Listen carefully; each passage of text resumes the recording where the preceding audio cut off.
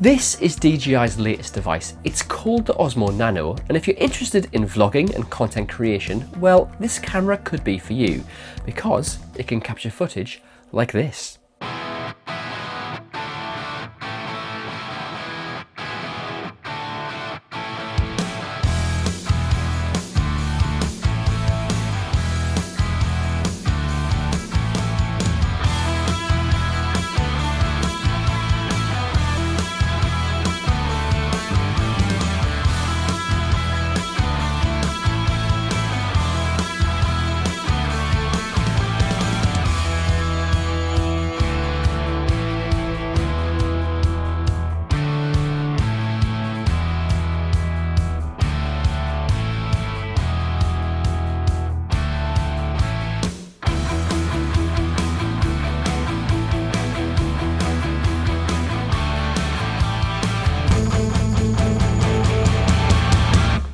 Now that I've recovered from that run, let's take a closer look at the Osmo Nano, and the big thing to know is that it features a modular build design. But here's the thing, haven't we seen this somewhere before? Well, the Osmo Nano may well remind you of another DJI device, namely the Action 2. This too featured a modular design with a main camera unit and additional modules such as an LCD unit or a battery unit. Launched back in 2021, it differs from all the other action cameras from DJI, and the brand went straight back to the standard design with the Action 3 less than a year later. But technology moves on and the Nano intrigues me, so who exactly is this device for? Well, as you've just seen, this is a camera that's designed for two things. Firstly, to be used to capture your adventures via vlogging, and secondly, to be wearable rather than handheld. But let's start by taking a deeper dive by looking into the build of the Nano.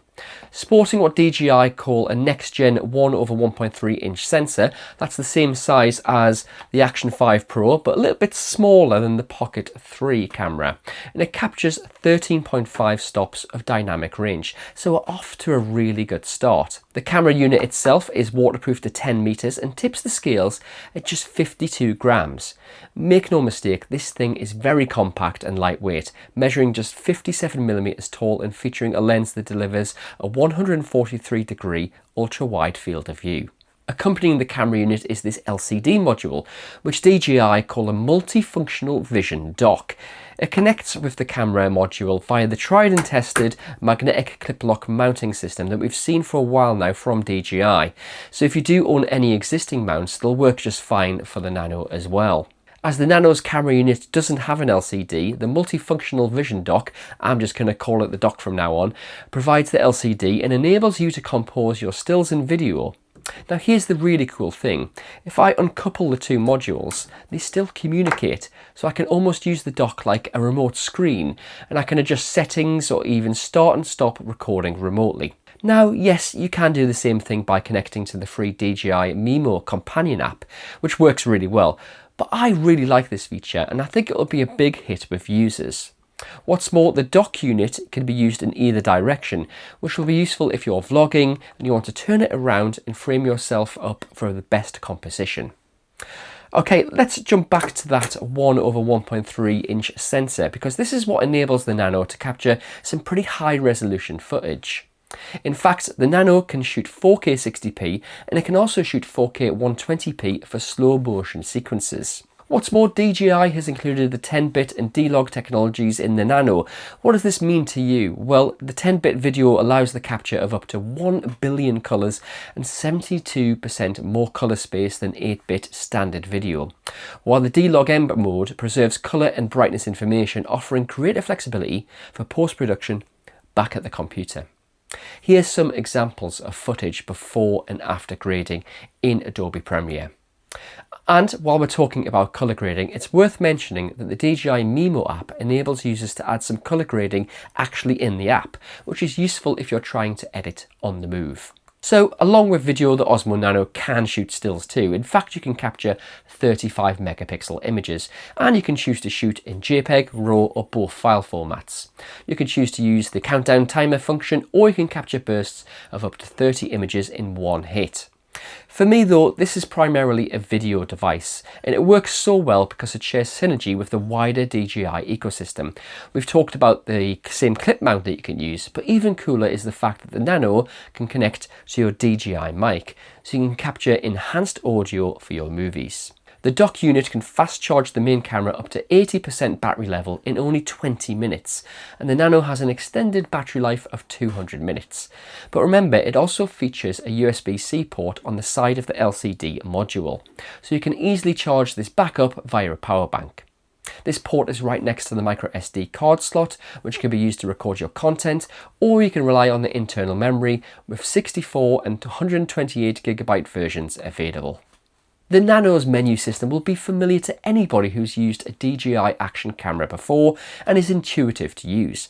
Plus the Nano features DJI's Rocksteady 3.0 stabilisation, which works amazingly well in the field. The Nano also includes the horizon balancing technology too, so you've got multiple resources to keep shots steady. Another key to unlocking the potential of this camera is the additional accessories it can work with.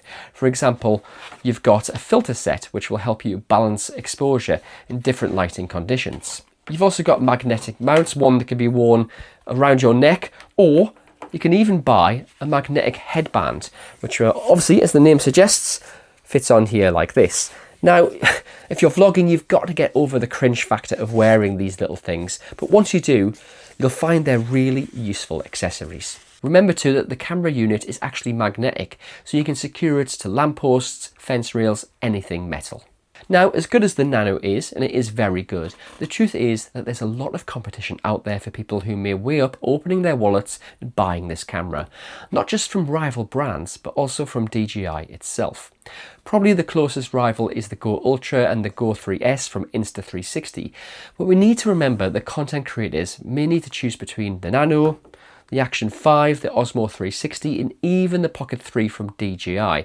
All excellent tools that have their own strengths and weaknesses. When it comes to price, the standard Osmo combo costs $239 for the 64GB version or $259 for the 128GB version. So, for an extra £20, you get double the internal storage.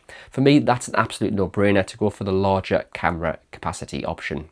So let's sum up the Osmo Nano. I think the most important thing is to recognise or appreciate how DJI has managed to squeeze such high resolution 10-bit video out of such a small camera.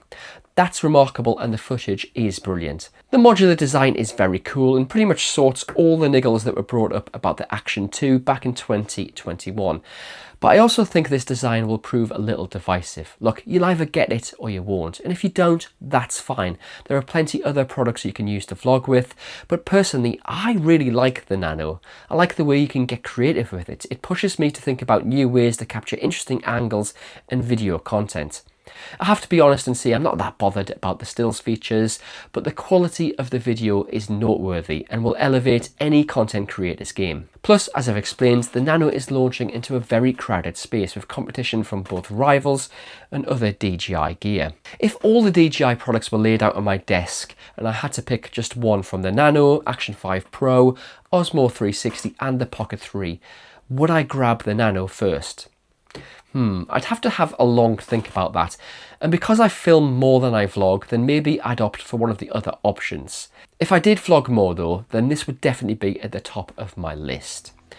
But what do you think about the DJI Osmo Nano? Is the modular system a good idea, or is it just overcomplicating the action camera? Well, let me know in the comments section, and as always, thanks for watching.